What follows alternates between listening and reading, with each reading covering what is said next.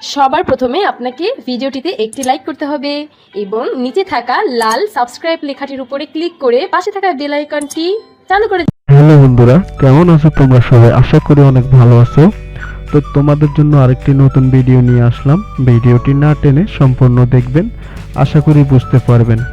তো চলুন শুরু করা যাক। এখানে প্রথমত দেখতে পাচ্ছেন রিমুভ পিচি, এখানে ক্লিক করবেন। ক্লিক করার সাথে সাথে আপনাদের যে পিচের যে ব্যাকগ্রাউন্ডটি সেটি রিমুভ করে দেবে।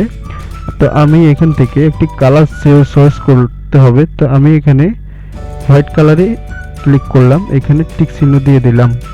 দেওয়ার পর এখানে দেখতে পাচ্ছেন লেয়ার অপশনটি, এখানে যে লক অপশনটি, এই লক অপশনটি এখান থেকে আনলক করে দিতে হবে। দেওয়ার পর ফটোর উপরে ক্লিক করে এখানে ছোট করে দিবেন। ফটোটি হালকা একটু আমার মতো করে রাখলাম, আপনারা আপনার মতো করে রাখবেন।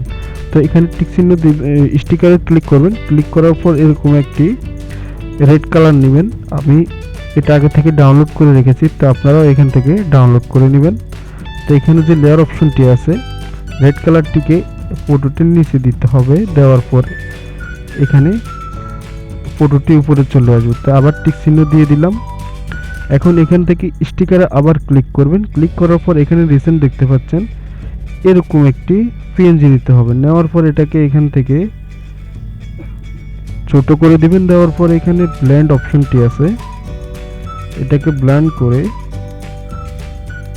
ওভারলেতে করে দিবেন। দেওয়ার পর এখানে টিক চিহ্ন দিয়ে দিবেন। এখন আমরা যাব টেক্সটে ক্লিক করব। টেক্সটে ক্লিক করলে এখানে PINKY এখানে এটা লেখাটি অ্যাড করব। তো লেখাটিকে একটু টেনে